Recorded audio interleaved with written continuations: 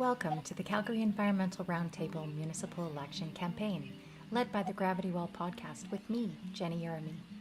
The Calgary Environmental Roundtable, or CERT for short, is a non-partisan coalition of environmental and climate organizations working together to ensure that water, nature, and climate are front of mind, and that our members have an ongoing opportunity to shape the future of our city.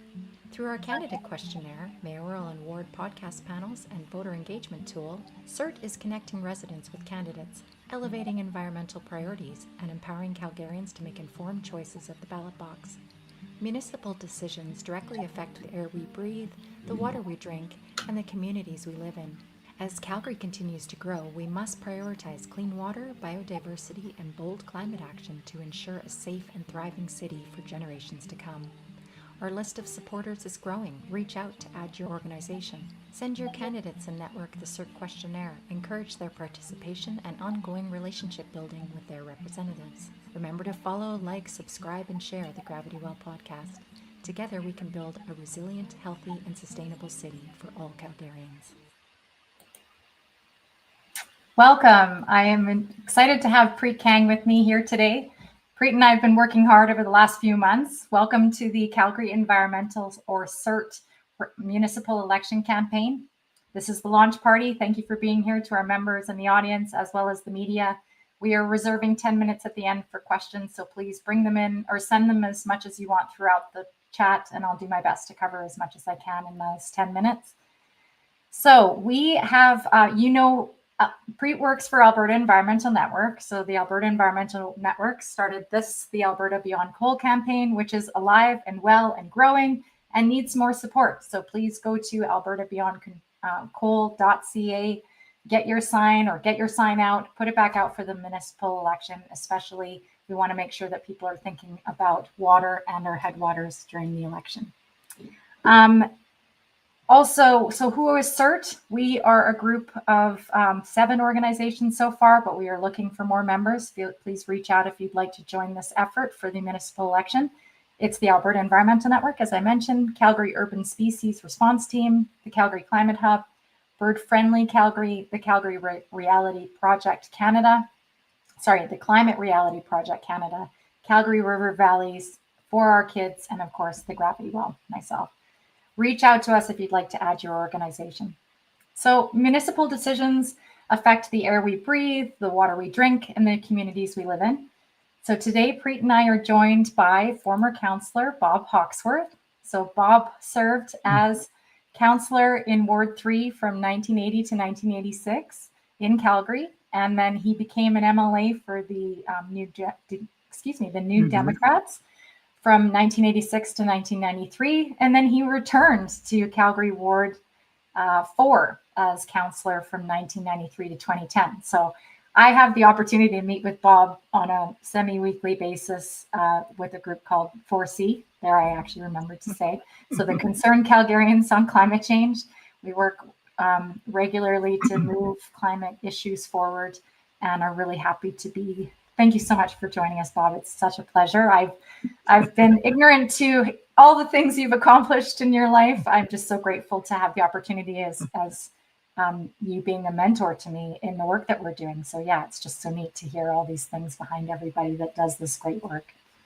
Okay, so we want people, this is just a call out to our members. We want people to send the CERT questionnaire to your candidates. I'll put the link in the chat, but there is a new mode tool.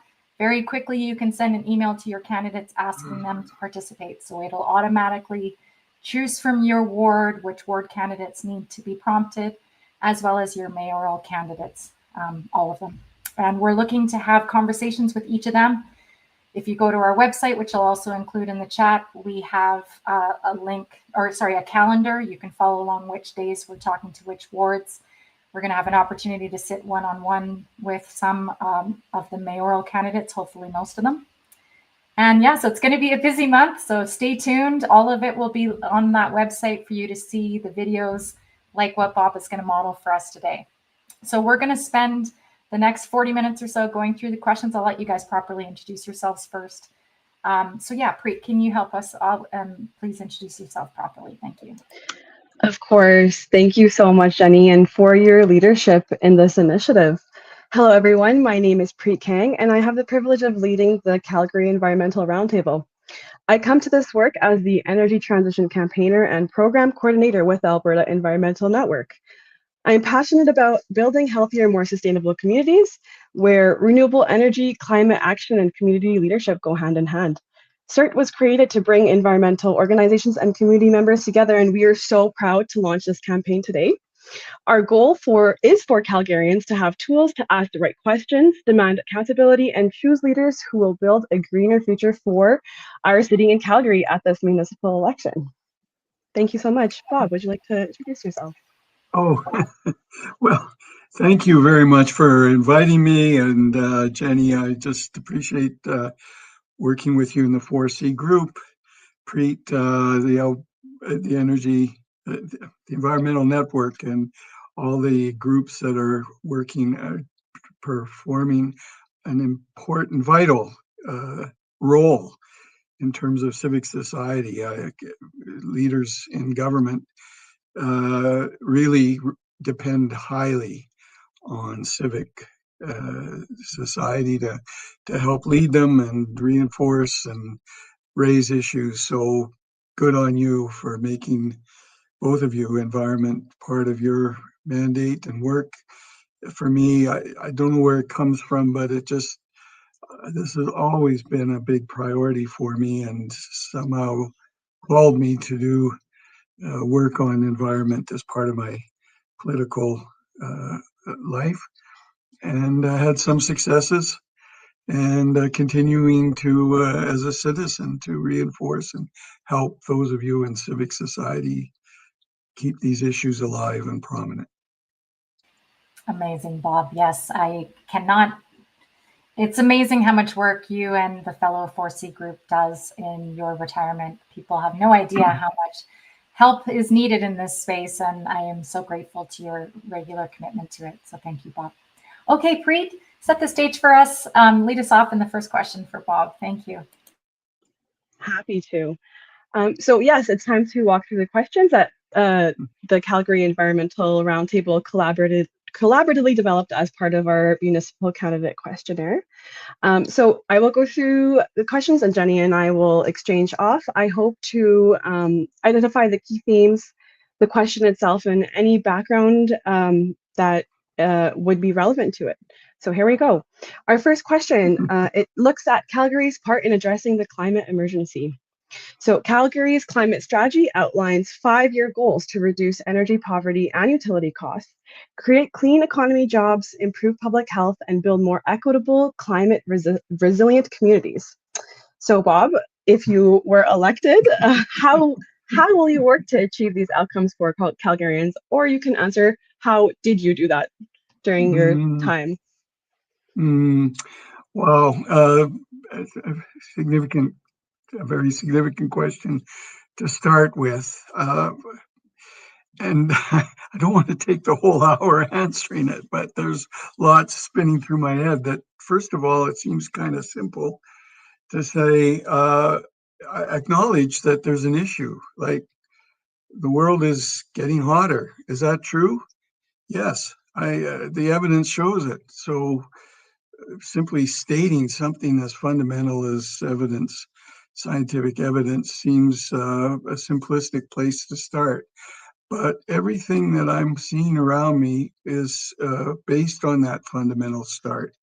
There's a lot of denialism. People are afraid to come to terms with what this might mean. It's painful, it's difficult.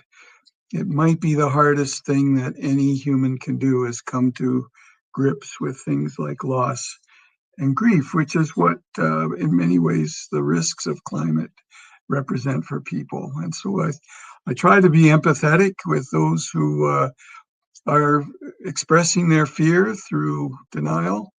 But I also understand that denying climate is stopping us from making any real progress, and therefore it has to be called out. How you do that empathetically, and yet I don't know. This is a work in progress. So the first thing is to acknowledge there's a problem. I think I'd like to acknowledge the leadership of our current council and the mayor, that she and that council adopted a climate emergency declaration. The first thing they did when they entered office.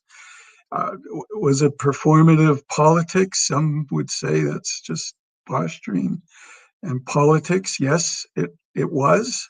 And it was exactly the right message to send out. We need a climate lens to guide all of our decision making if we're going to have any chance of cooling the planet down and contributing, doing our part to reduce climate risks. These are the kinds of things we need to do. So some things are in place: climate emergency, a Calgary climate strategy, a high-level direction. I would say, as an individual member of council, anything I accomplished in my term of office required the support of at least 7, if not more, colleagues, because one person's vote doesn't pass anything at City Hall. You need to have at least 8 votes in a 15-member council. And so there's working with your colleagues in a way that's mutually respectful, understanding their motivations, the needs in their community, finding common ground. These are all steps behind the scenes, building relationships of trust and working hard.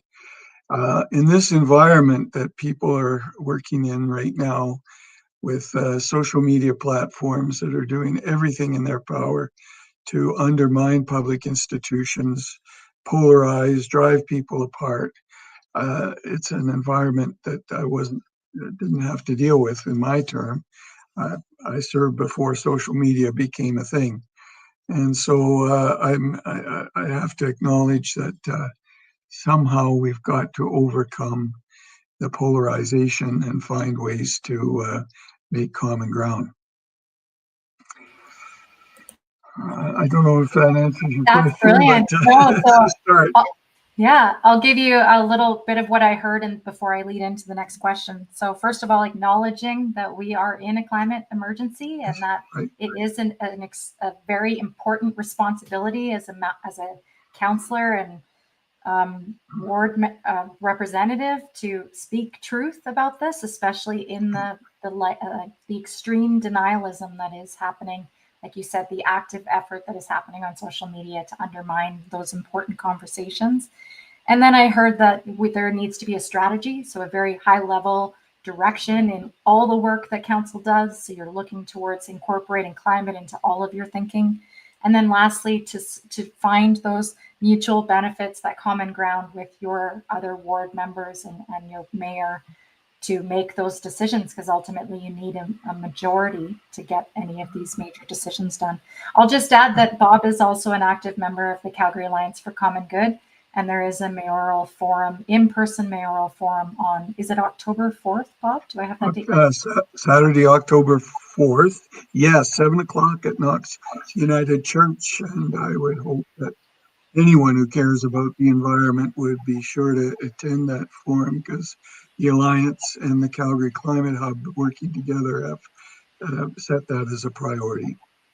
Amazing. As a priority issue for advocacy and work. Right. Yes. Awesome. Okay. So I'm going to make sure that I share those links, as I said, and I'll include that one in the chat. But okay. So next question for you, Bob, is related to biodiversity, the biodiversity crisis and respecting non-human environments. So the question is, how will you ensure that new community development and redevelopment in Calgary protects our watershed, our rivers and creeks, our valleys, our wetlands, and the wildlife and urban biodiversity that depends on these ecosystems? Please. Yeah. Well, it's fine to adopt policy, and that's the first step. So this should be embedded in the Calgary plan. The Calgary plan, which guides our long-term development as a community, should also integrate our Calgary transportation plan so that our built environment is reinforced with the right transportation investments. We need to improve the density in Calgary and reduce sprawl. That would come out of long-term plans. But when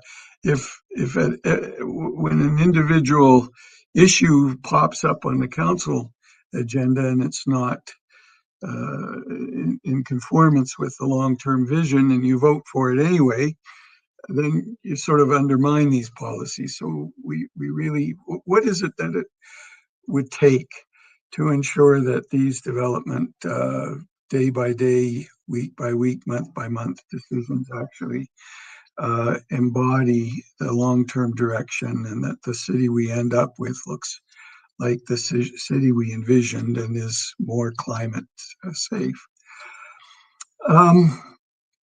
Well, first of all, I would say we need to kind of go where people's priorities are. And the thing that Calgarians love most about our city are our parks. And so our park system, natural areas, are important. This is a great asset for Calgarians. And I would frame our watersheds, water and creek valleys, wetlands, wildlife, all of those are connected in with building parks for our city. And I don't know why council allowed the ENMAX legacy fund to disappear, but I certainly would bring that back as a source of financing for the city to achieve its open space vision that would achieve these wildlife diversity goals. I'm going to just, if I could divert for a wee minute, just one thing that people may not know is that water on the Bow River flowing through Calgary with 1.3 million people getting its water out of the Bow and the Elbow, the water flowing downstream now is cleaner than it was when Calgary was a city of 60,000 people in the 1950s. Now think about that. How did that happen? I remember, I'd like to acknowledge a wonderful, wonderful municipal leader in the form of former Mayor of Brooks, Jean Franklin. Jean was just a treasure and a pain in the butt for Calgary Council, because she very, very nicely pointed out that, you know, there's several thousands of us downstream from Calgary, and we don't want to be drinking your shit, so to speak. And so in the 1980s, she embarked on a campaign. She came to Calgary, she was in the media, and she said, hey, Calgary, we need you to clean up your water. And from that point, I think we can trace some changes Calgary made to tertiary water treatment. And that foundation has been the building block for our work as a city for the last 40 years or longer. And now the federal regulations sort of require it, but it's an iterative process. We do it in Calgary, kind of lead, the federal regulations kind of follow and lead, so that now we would be out of step with federal regulations if we let our water treatment standards drop. But here we had a group of people who benefited. They were identifiable. We knew that they lived downstream. They had a champion who built relationships, and how could we resist? And in the end, we're all winners. We can be proud of what we do in Calgary, even if we had to be pushed 45 years ago to do it right. So let's think, how can we, is that a playbook we could figure out how to follow in terms of the air? Because the air we're breathing now is dirtier than the air that we breathed in the 1950s. I'm sure of it, because we didn't have the fires, the wildfires in the summer that we have now. And we didn't have the air pollution from internal combustion engine vehicles running all over the city that we do now. So we have to figure out how do we make climate change a public health issue that will tangibly improve the physical health of Calgarians. And who's the champion for that? And so it's not just driving down emissions, we're actually focusing on the ancillary side benefits. So that's how I think a city council might think about their next 4 years in terms of wetlands, biodiversity, and watershed. Thank you, Bob. What I heard was that the city council should look to adopt or strengthen the policies that they have, adopt ones that more align with the vision, and make regular decisions with the need to align with the long-term visions within those policies. What I'm also hearing from you is that the infrastructure investment, that is one large piece that is creating a barrier and could be an opportunity if financing and funding is brought back to achieve those open air spaces, and within that, the connection to the biodiversity and respecting non-human environments. Thank you. Let's move to question 3. Because we humans live in the same environment as wildlife. So if wildlife in Calgary is under threat, we're part of that connectedness of every living creature. So ultimately our well-being is threatened as well. 100%. Most definitely. Linking the ideas of planetary and human health to animal health and the interconnections between it. Yes, absolutely. Yeah. Absolutely. So that, yeah. Talking about animals and wildlife, let's move to our next question, which is question 3. It is about Calgary's part in addressing the biodiversity crisis and supporting urban wildlife. So will you commit to dedicating budget dollars toward protecting Calgary's biodiversity and improving wildlife safety in our urban environment, including through measures such as enforcing bird-friendly building standards, retrofitting existing structures, and supporting safe wildlife corridors? And within this question, we want to understand how candidates will support biodiversity and the success of urban wildlife through tangible municipal investments. And I did hear you mention a few in the previous response. Yeah. Well, once upon a time, I got city council to approve a green building policy. So any City of Calgary building or building that the city was contributing money to constructing would meet minimal energy efficiency standards under the Canada Green Building Council policies, or they have an independent measurement for how buildings should be constructed to minimize energy waste. So I don't know, I think that policy was weakened. Sometimes when you don't have any champions on council, things get, these aren't easy things necessarily to implement because they're different than what people are used to. You have to change the way you do things, and sometimes that's uncomfortable. And so isn't it just easier to ignore the policy or eliminate it? We had a council funded fund from our ENMAX dividend each year. We saved ENMAX from being privatized. It provides a tremendous annual dividend to the city. Why don't we continue to use that money so it doesn't just go into the city general coffers, because we can't be guaranteed of that dividend every year, and we shouldn't budget for it every year. We should use it to address high priorities, and parks are number one thing that Calgarians love the most about living here.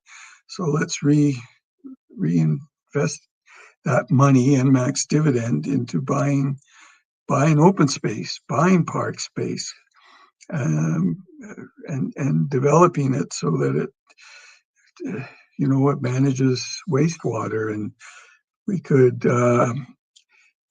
bring some underground creeks that have gone into culverts and vaults and daylight them, and use that water to clean, daylight and use it to clean water before it gets into the Nose Creek and into the Bow River. Use natural mechanisms, not expensive mechanical ones, to clean our water and meet our water emissions standards. Incredible. Yeah. So I heard use the money that, well, first of all, work together to define standards that can be used to shape the way that money is spent in the city. I've heard use dividends from the assets that the city owns, like ENMAX, to take climate action, buy up open spaces, create more parks, create more wetlands, create more natural ways of addressing climate while increasing biodiversity and addressing the wildlife crisis. Incredible. Thank you so much, Bob. Okay, next question. So this question is around housing, rent, transit, affordability, and accessibility. So the question is, what steps should a councillor take to ensure that housing, rent, and transit in Calgary are affordable and accessible so that more Calgarians can access these services with dignity and live and work in a healthy city? Thank you. Well, I think first, this past council has been preoccupied with the housing issue, and there have been several times that a housing strategy was forced on the agenda because groups like the Calgary Alliance for the Common Good said, there's a crisis in our community, fix it, or do what you can to fix it. And I'd say our mayor and council have somehow, I think they've raised $200 million in non-market housing, which in my view is a big win. And they're doing certain things that I feel are seriously getting us on the right track. But coming back to, so first of all, in order to influence the rental market, you probably need about 30% of all rental units in the city of Calgary to be non-market. And if you have reached that minimum threshold, it has a modifying effect on the private market rents. There's a recent news article looking at all the major cities of the world. Vienna is the most affordable, and when they dug in and found out why, Vienna has maintained its portfolio of non-market housing that started being built in the 1910s or 1920s. And they've got a very large portion of their housing stock as non-market. And this is the real world examples of this. So that's number one, increase funding and build more non-market units. Number two, the ones you do build under your green building policy would be well built and well insulated. So they would be high energy performing, well built and maintained, and that reduces costs, eliminates waste, and makes those units affordable over the long term. Number three, put solar on the roofs of every property you own. Solar, rooftop solar, on-site solar generation has now dropped in price so far. It's the most affordable means of new electricity generation. So if a home, for example, put a $20,000 solar array on its roof, the people in that house, in that unit, would see their electricity bills drop $50 a month. That's the impact that solar could have on making life more affordable. And so now when we talk about climate action, a city councillor can also be talking about affordability. You want to address affordability, put solar on your roof. And by the way, solar panels are more resistant to hail than shingles are. So there's a side benefit there as well for making buildings more resilient. As for transit, lots of people are running around saying, well, I'm going to freeze property taxes. Well, we should have some councillors running around saying, I'm going to freeze transit fares. In fact, wouldn't it be better if we could roll some transit fares back? I think we should find ways to make transit free. Our roads are free. You can drive your car without paying a toll. Why does the competition why is the competition forced to have a fee or a price in order to use it? Well, because that's the way we've always done it. But if we're trying to impact air quality in the city and climate emissions, we need more people to flood Calgary Transit for the transportation requirements. So freeze transit fares. And of course, I'm of two minds about this green line. It's a very expensive. We're putting a ton of capital money. Are there possible ways that we could just have better buses and more of them, and transit lanes instead of rail? Other cities have been experimenting with cost-effective ways to improve transit frequency. And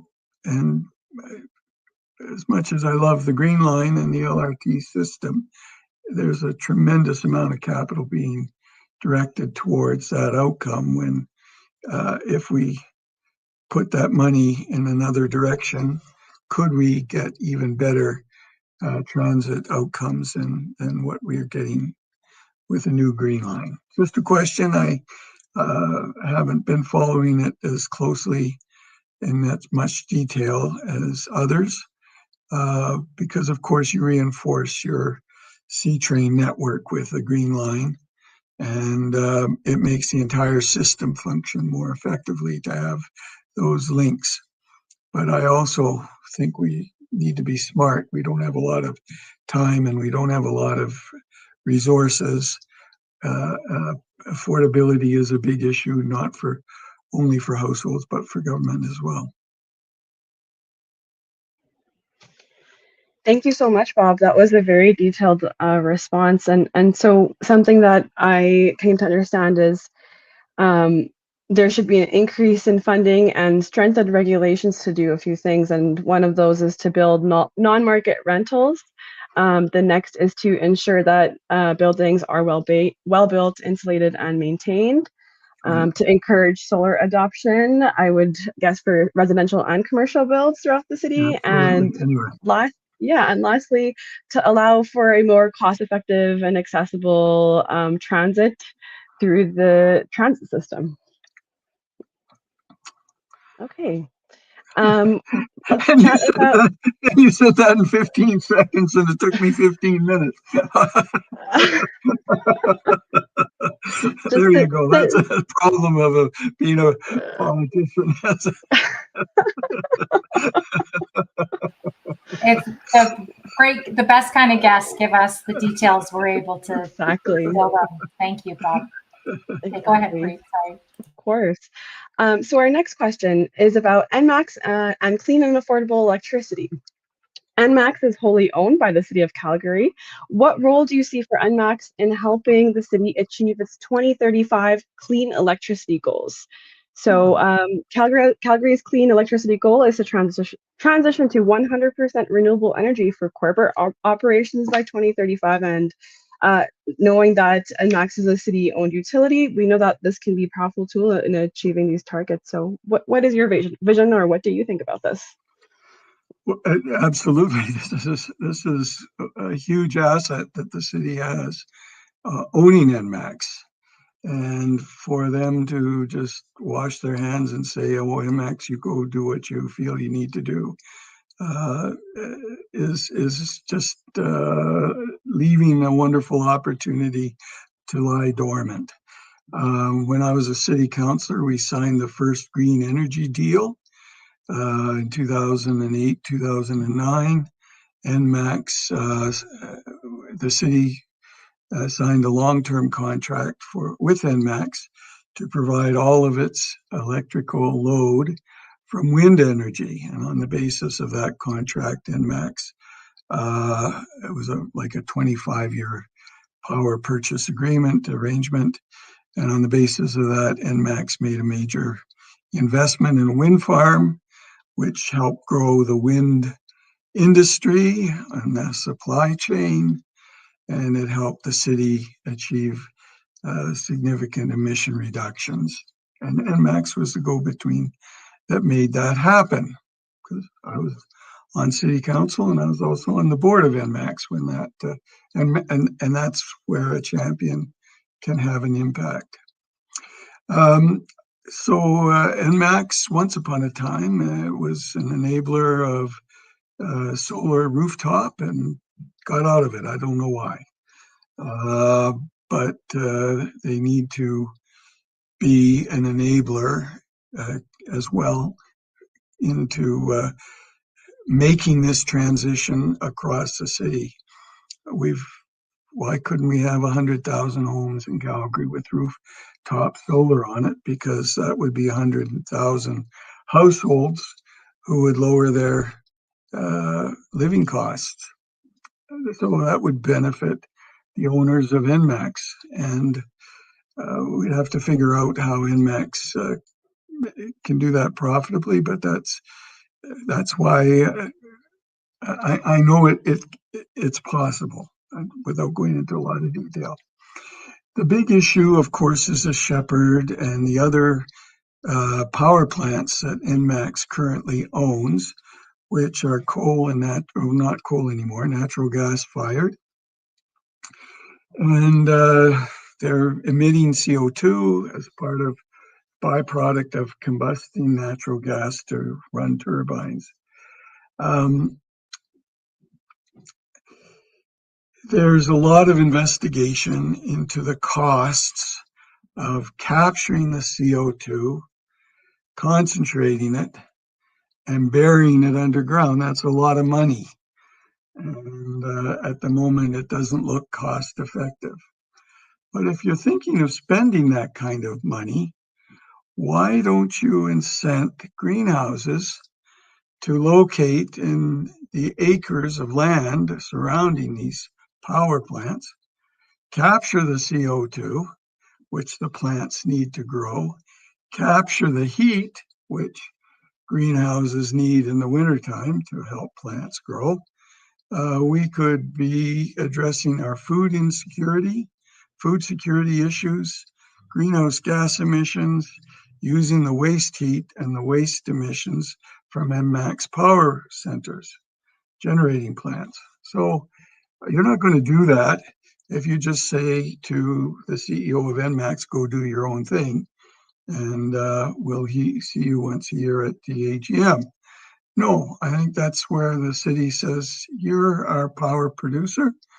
Let's figure out how we meet a variety of our citizens' needs, not just electricity.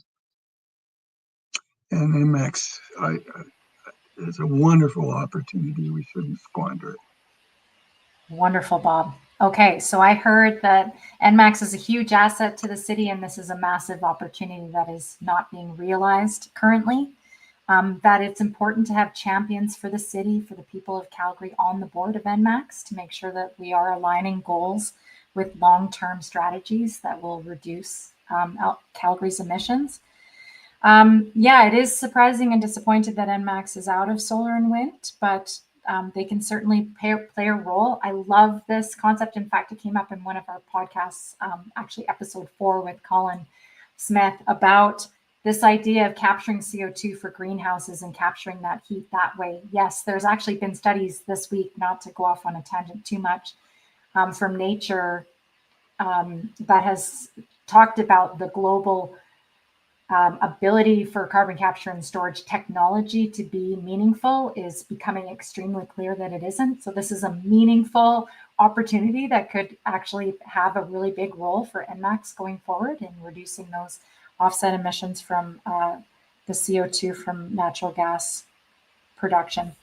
Yeah, thank you so much. Well, and that was the concept for the Downtown District Energy Center, was that you would use cogeneration downtown and pump hot water to heat the buildings around it, and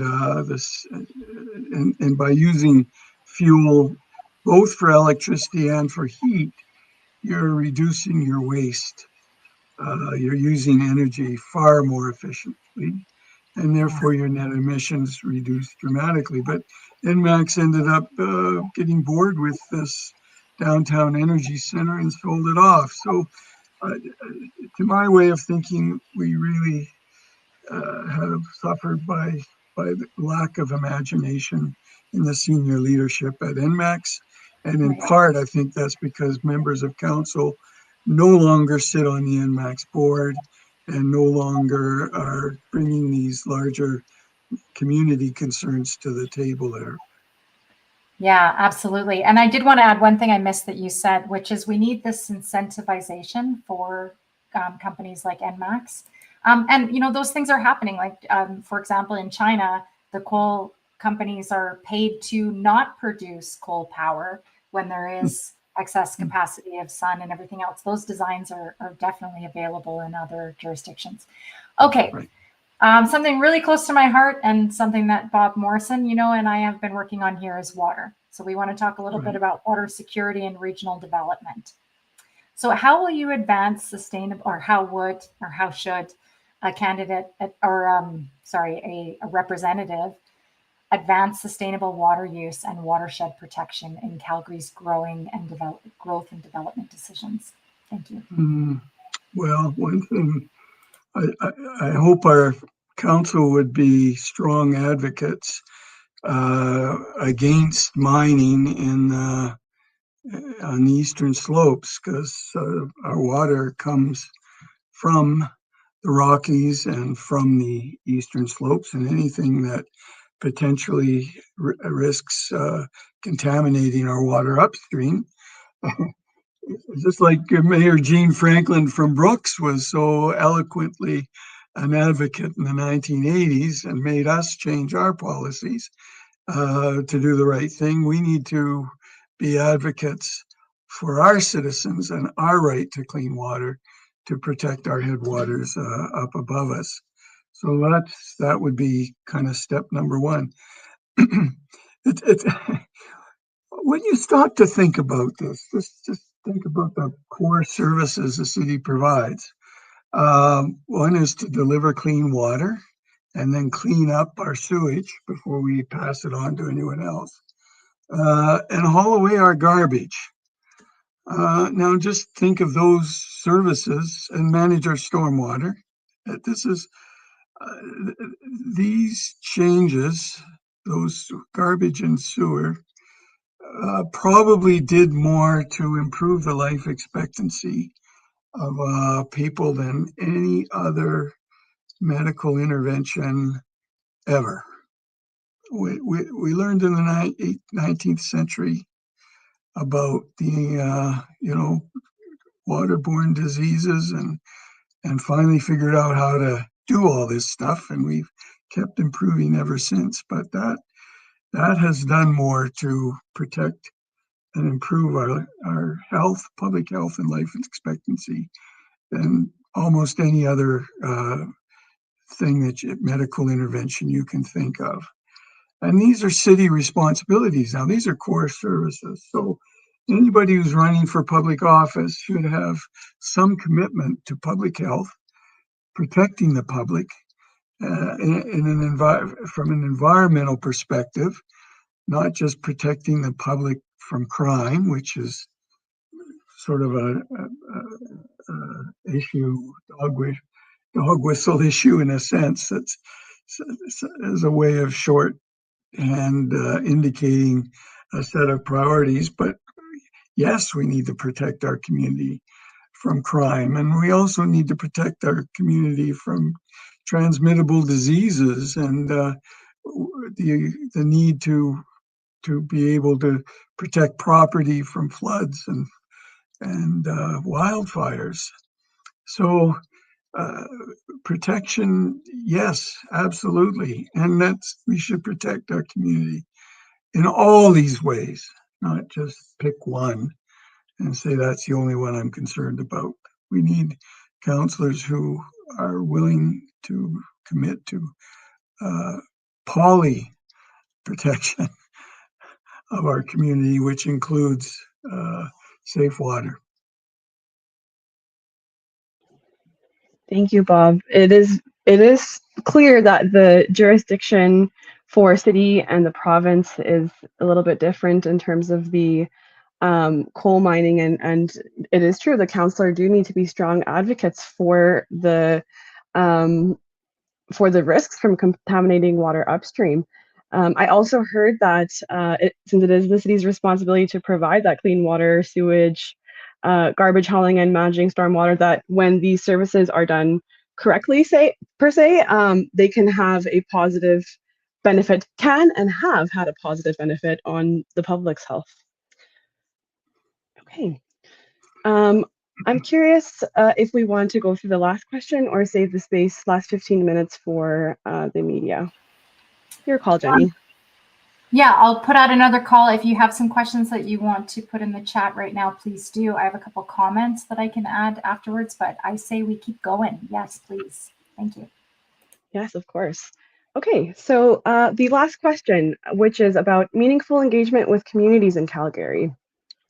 How should councillors ensure recommendations from Calgarians, including residents, frontline communities, environmental groups, and city staff, are meaningfully considered in council decisions? So ensuring stakeholders will be meaningfully engaged and supported also by effective communications pathways. What do you think, Bob? Well, this is on us as citizens, not as City Hall necessarily. City Hall councillors respond to pressure wherever that comes from. So if we as citizens aren't working on these things, we shouldn't be surprised if they get ignored. So this is why foresee the Calgary citizens concerned on climate and the Calgary Alliance for the Common Good are such important organizations in our community right now as a way of ensuring that the 1.4 million people who live here have some means to get their concerns in front of council on a continual basis. So this is on us. Hopefully we have councillors who are open to listening and open-minded and wanting to hear from their constituents and not just a small group. I'm worried about the party system that the provincial government has introduced, that councillors are now more beholden to their party and unelected people unknown to the rest of us than they are to any direct relationship that they would have had as individual councillors to their constituents. That's a change that I don't like. Can I come back to the question about protection? There's one more I feel missed the mark here. It didn't come up in our questions, but I think we really need to rethink fire and the role of our fire department. Now, small communities like Lytton, for example, have disappeared because of wildfire. The hot place where they were located disappeared underneath them from a spark on a passing train, apparently. Jasper, a third of the town was burnt because of wildfire, probably lightning. Fort McMurray, we almost lost the entire city Slave Lake, a lot of these communities around forests. So you think, okay, that's not Calgary. Then you see what happened in Los Angeles. That was an urban wildfire. It was so dry. Who knows where that spark came from? And it completely overwhelmed the fire department. They had no resources in any way, shape, or form to address this issue. So when we're thinking about protection and affordability, our insurance rates, if you can get them, insurance, are greater than a property taxes in many cases.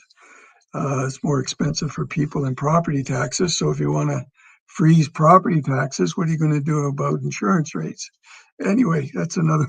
All I'm trying to say is that when it comes to protecting our community from the risks of climate, we have to be thinking about fire as well as flood.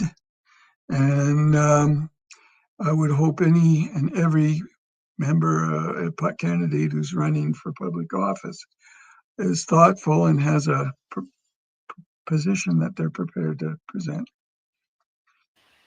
I could not agree more as a spouse to a city firefighter. My husband was on a fire in Calgary just last year. Was it last year? It was a 3-alarm fire. So it was a structure, a condo complex that was under construction that caught on fire, but he was a forest firefighter before being a city firefighter. So as soon as he showed up on the call, he made it a 3-alarm fire because he could see the ashes going towards another community. Yes. Right, so he knew it was a forest fire type fire, and was able to help put resources to that secondary potential fire and suppress it. So yeah, you're right, Bob. We are now in potentially wildfire territory for a city that does not have forests surrounding us, and our limited parks. That being said, there are some communities like Elbow Valley that are at tremendous risk to that. And also it ties very nicely in with the water conversation, because it's been a concern. Like, we've had honest conversations, my husband and I, about what if you don't have water to put out a fire? Right. That's what happened in LA. That's the right. water pressure completely disappeared, and they had no capacity to. Not to mention the fire was, 30,000 trucks would have been required when I heard the summary of what the size of that fire was and how quickly it happened. So yes, you're right. This is something that is going to really make sure that councillors are going to be in a very potentially significant emergency position in making decisions around these major events, I think is what you're saying. Well, and I'm also saying that the world is getting hotter, not cooler. Right. And something that was a risk in Los Angeles in 2025 may be coming to Calgary in 2030 or 2035, or who knows when. This may be the fate awaiting all cities. And I'm just saying, if you're denying climate as an issue, to start with, none of these questions or concerns are even resonating or being thought about, and that's a great risk to our community. It's leaving us highly vulnerable and is doing us all a disservice. So coming back to your very first question, do you or do you not accept scientific evidence that temperatures are rising globally? And if they are, then will you take these risks of climate, not certainties of climate change, risks, seriously, and begin thinking about how to address them? Thank you, Bob. It's so true. You can't address a problem that you're not seeing. Willing to acknowledge, right? Right. And I did want to add some of your comments around engagement. So I will say what I heard from you, which is it's up to us. We do have to. This is why we're running this campaign. This is a way for us to get biodiversity and water and climate and environment in the conversation, wildlife in the conversation. We need to be talking about these things. And this isn't a climate and environmentalist role. This isn't everybody's role. So it's really important that we help people understand that it's up to them, up to us, coming together and pushing back against bad policies for things to change. The one thing I will add, Bob, and I know this is after you've left, but these changes to the process that have happened in the city, are you familiar with them? And is there a way to engage differently today versus there was a few years ago? I will say, and I just want to reiterate, you said the Calgary Alliance for the Common Good. You can look up any action they are making and join them at City Council. Same thing with the Calgary Climate Hub, does an excellent job of helping people get engaged.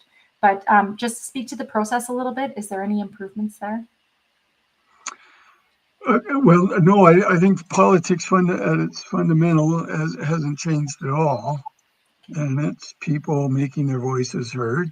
We still live in a democracy, and we shouldn't be afraid to speak up. And I think we have to be together. We have to ensure that we're doing this in concert and supporting each other, because when you're alone, then it's easy to be intimidated or if bullied away from a position.